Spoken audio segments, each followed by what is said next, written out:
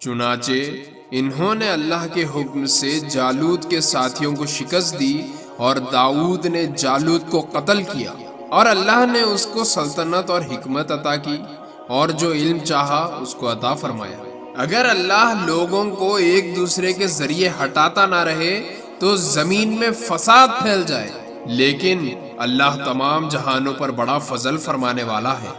یہ اللہ کی آیت ہے جو ہم آپ کے سامنے ٹھیک ٹھیک پڑھ کر سناتے ہیں، اور آپ بے شک ان پیغمبروں میں سے ہیں جو رسول بنا کر بھیجے گئے ہیں۔ یہ پیغمبر جو ہم نے مخلوق کی اصلاح کے لیے بھیجی ہے، ان کو ہم نے ایک دوسرے پر فضیلت عطا کی ہے۔ ان میں سے بعض وہ ہے جن سے اللہ نے کلام فرمایا، اور ان میں سے بعض کو اس نے بدرجہ بلندی عطا کی، اور ہم نے عیسیٰ ابن مریم کو کھلی نشانیاں دی اور روح القدس سے ان کی مدد فرمائی، اور اگر اللہ چاہتا تو ان کے بعد والے لوگ اپنے پاس روشن دلیل آ جانے کے بعد آپس میں نہ لڑتے، لیکن انہوں نے خود اختلاف کیا۔ چنانچہ ان میں سے کچھ وہ تھے جو ایمان لائے اور کچھ وہ جنہوں نے کفر اپنایا، اور اگر اللہ چاہتا تو وہ آپس میں نہ لڑتے، لیکن اللہ وہی کرتا ہے جو وہ چاہتا ہے۔ اے ایمان والوں، جو رزق ہم نے تمہیں دیا ہے اس میں سے وہ دن آنے سے پہلے پہلے اللہ کے راستے میں خرچ کر لو جس دن نہ کوئی سودا ہوگا، نہ کوئی دوستی کام آئے گی، اور نہ کوئی سفارش ہو سکے گی، اور ظالم وہ لوگ ہیں جو کفر اختیار کیے ہوئے ہیں۔ اللہ وہ ہے جس کے سوا کوئی معبود نہیں، جو سدا زندہ ہے، جو پوری کائنات سنبھالے ہوئے ہیں، جس کو نہ کبھی اونگ لگتی ہے نہ نیند۔ آسمانوں میں جو کچھ ہے وہ بھی، اور زمین میں جو کچھ ہے وہ بھی، سب اسی کا ہے۔ کون ہے جو اس کے حضور اس کی اجازت کے بغیر کسی کی سفارش کر سکے؟ وہ سارے بندوں کے تمام آگے پیچھے کے حالات کو خوب جانتا ہے، اور وہ لوگ اس کے علم کی کوئی بات اپنے علم کے دائرے میں نہیں لا سکتے سوائے اس بات کے جسے وہ خود چاہے۔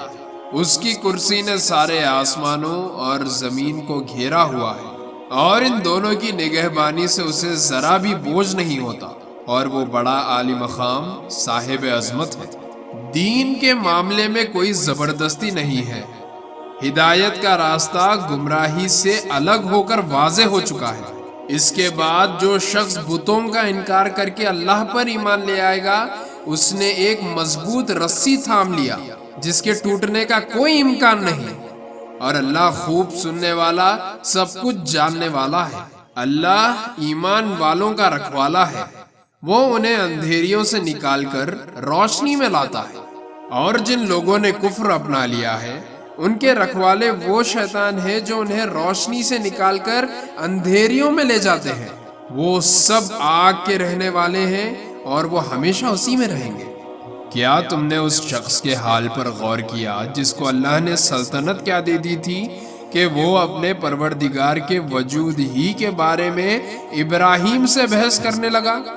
جب ابراہیم نے کہا کہ میرا پروردگار وہ ہے جو زندگی بھی دیتا ہے اور موت بھی، تو وہ کہنے لگا میں بھی زندگی دیتا ہوں اور موت دیتا ہوں۔ ابراہیم نے کہا اچھا، اللہ تو سورج کو مشرق سے نکالتا ہے، تم ذرا اسے مغرب سے تو نکال کر لاؤ۔ اس پر وہ کافر حیران ہو کر رہ گیا، اور اللہ ایسے ظالموں کو ہدایت نہیں دیا کرتا۔ یا تم نے اس جیسے شخص کے واقعے پر غور کیا جس کا ایک بستی پر ایسے وقت گزر ہوا جب وہ چھتوں کے بل گری پڑی تھی؟ اس نے کہا کہ اللہ اس بستی کو اس کے مرنے کے بعد کیسے زندہ کرے گا؟ پھر اللہ نے اس شخص کو 100 سال تک کے لیے موت دی اور اس کے بعد زندہ کر دیا، اور پھر پوچھا کہ تم کتنے عرصے تک اس حالت میں رہے ہو؟ اس نے کہا ایک دن یا ایک دن کا کچھ حصہ۔ اللہ نے کہا نہیں، بلکہ تم 100 سال اسی طرح رہے ہو۔ اب اپنے کھانے پینے کی چیزوں کو دیکھو کہ وہ ذرا نہیں سڑی، اور دوسری طرف اپنے گدھے کو دیکھو کہ گل سڑ کر اس کا کیا حال ہو گیا ہے۔ اور یہ ہم نے اس لیے کیا تاکہ ہم تمہیں لوگوں کے لیے اپنی قدرت کا ایک نشان بنا دیں۔ اور اب اپنے گدھے کی ہڈیوں کو دیکھو کہ ہم کس طرح انہیں اٹھاتے ہیں، پھر ان کو گوشت کا لباس پہناتے ہیں۔ چنانچہ جب حقیقت کھل کر اس کے سامنے آ گئی تو وہ بول اٹھا، مجھے یقین ہے اللہ ہر چیز پر قدرت رکھتا ہے۔ اور اس وقت کا تذکرہ سنو جب ابراہیم نے کہا تھا کہ میرے پروردگار مجھے دکھائیے کہ آپ مردوں کو کیسے زندہ کرتے ہیں۔ اللہ نے کہا، کیا تمہیں یقین نہیں؟ کہنے لگے، یقین کیوں نہیں ہوتا، مگر یہ خواہش اس لیے کی ہے تاکہ میرے دل کو پورا اطمینان حاصل ہو جائے۔ اللہ نے کہا، اچھا تو 4 پرندے لو اور انہیں اپنے سے مانوس کر لو، پھر ان کو ذبح کر کے ان کا ایک ایک حصہ ہر پہاڑ پر رکھ دو، پھر ان کو بلاؤ، وہ چاروں تمہارے پاس دوڑ چلے آئیں گے، اور جان رکھو کہ اللہ پوری طرح صاحب اقتدار بھی ہے، اعلیٰ درجے کی حکمت والا بھی۔ جو لوگ اللہ کے راستے میں اپنے مال خرچ کرتے ہیں ان کی مثال ایسی ہے جیسے ایک دانہ 7 بالیں اگائے اور ہر بال میں 100 دانے ہوں، اور اللہ جس کے لیے چاہتا ہے ثواب میں کئی گنا اضافہ کر دیتا ہے۔ اللہ بہت وسعت والا اور بڑے علم والا ہے۔ جو لوگ اپنے مال اللہ کے راستے میں خرچ کرتے ہیں پھر خرچ کرنے کے بعد نہ احسان جتاتے ہیں اور نہ کوئی تکلیف پہنچاتے ہیں، وہ اپنے پروردگار کے پاس اپنا ثواب پائیں گے، نہ ان کو کوئی خوف ہوگا اور نہ کوئی غم پہنچے گا۔ بھلی بات کہہ دینا اور درگزر کرنا اس صدقے سے بہتر ہے جس کے بعد کوئی تکلیف پہنچائی جائے، اور اللہ بڑا بے نیاز بہت بردبار ہے۔ اے ایمان والوں، اپنے صدقات کو احسان جتا کر اور تکلیف پہنچا کر اس شخص کی طرح ضائع مت کرو جو اپنا مال لوگوں کو دکھانے کے لیے خرچ کرتا ہے اور اللہ اور یوم آخرت پر ایمان نہیں رکھتا۔ چنانچہ اس کی مثال ایسی ہے جیسے ایک چکنی چٹان پر مٹی جمی ہو، پھر اس پر زور کی بارش پڑے اور اس مٹی کو بہا کر چٹان کو دوبارہ چکنی بنا چھوڑے۔ ایسے لوگوں نے جو کمائی کی ہوتی ہے وہ ذرا بھی ان کے ہاتھ نہیں لگتی، اور اللہ ایسے کافروں کو ہدایت تک نہیں پہنچاتا۔ اور جو لوگ اپنے مال اللہ کی خوشنودی طلب کرنے کے لیے اور اپنے آپ میں پختگی پیدا کرنے کے لیے خرچ کرتے ہیں ان کی مثال ایسی ہے جیسے ایک باغ کسی ٹیلے پر ہو، اس پر زور کی بارش برسے تو وہ دگنا پھل لے کر آئے، اور اگر اس پر زور کی بارش نہ بھی برسے تو ہلکی پھور بھی اس کے لیے کافی ہے۔ اور تم جو عمل بھی کرتے ہو اللہ اسے خوب اچھی طرح دیکھتا ہے۔ کیا تم میں سے کوئی یہ پسند کرے گا کہ اس کا کھجوروں اور انگوروں کا ایک باغ ہو جس کے نیچے نہریں بہتی ہو، اور اس کو اس باغ میں اور بھی ہر طرح کے پھل حاصل ہو، اور بڑھاپے نے اسے آ پکڑا ہو اور اس کے بچے ابھی کمزور ہوں؟ اتنے میں ایک آگ سے بھرا بگولا آ کر اس کو اپنی زد میں لے لے اور پورا باغ جل کر رہ جائے۔ اسی طرح اللہ تمہارے لیے اپنی آیتیں کھول کھول کر بیان کرتا ہے تاکہ تم غور کرو۔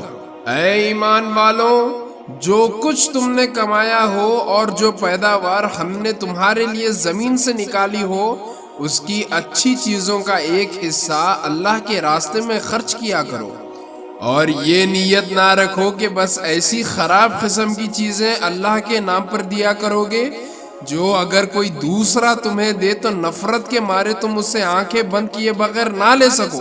اور یاد رکھو کہ اللہ ایسا بے نیاز ہے کہ ہر قسم کی تعریف اسی کی طرف لوٹ کر جاتی ہے۔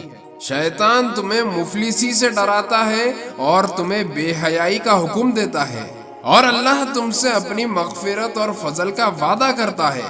اللہ بڑی وسعت والا، ہر بات جاننے والا ہے۔ وہ جسے چاہتا ہے دانائی عطا کر دیتا ہے، اور جسے دانائی عطا ہو گئی اسے بڑی نعمت مل گئی۔ اور نصیحت وہی لوگ حاصل کرتے ہیں جو عقل والے ہیں۔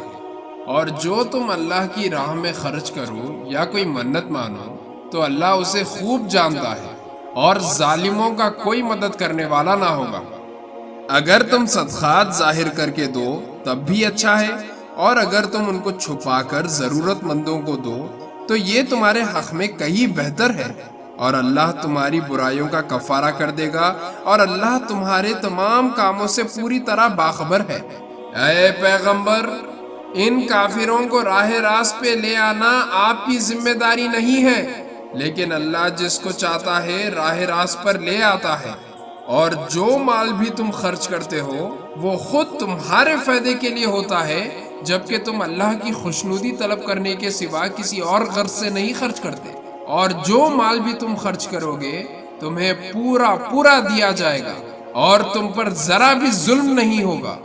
مالی مدد کے خاص ضرورت مند لوگ وہ ہیں جنہوں نے اپنے آپ کو اللہ کی راہ میں اس طرح روک رکھا ہے کہ وہ رزق کی تلاش کے لیے زمین میں چل پھر نہیں سکتے، کیونکہ وہ اتنے پاک دامن ہیں کہ کسی سے سوال نہیں کرتے، اس لیے ناواقف آدمی انہیں مالدار سمجھتا ہے۔ تم ان کے چہرے کی علامتوں سے ان کی اندرونی حالت کو پہچان سکتے ہو، مگر وہ لوگوں سے لگ لپٹ کر سوال نہیں کرتے۔ اور تم جو مال بھی خرچ کرتے ہو اللہ اسے خوب جانتا ہے۔ جو لوگ اپنے مال دن رات خاموشی سے بھی اور اعلانیہ بھی خرچ کرتے ہیں وہ اپنے پروردگار کے پاس اپنا ثواب پائیں گے، اور نہ انہیں کوئی خوف ہوگا نہ کوئی غم پہنچے گا۔ جو لوگ سود کھاتے ہیں وہ قیامت میں اٹھیں گے تو اس شخص کی طرح اٹھیں گے جسے شیطان نے چھو کر پاگل بنا دیا ہو۔ یہ اس لیے ہوگا کہ انہوں نے کہا تھا کہ تجارت بھی تو سود ہی کی طرح ہوتی ہے، حالانکہ اللہ نے تجارت کو حلال کیا ہے اور سود کو حرام قرار دیا ہے۔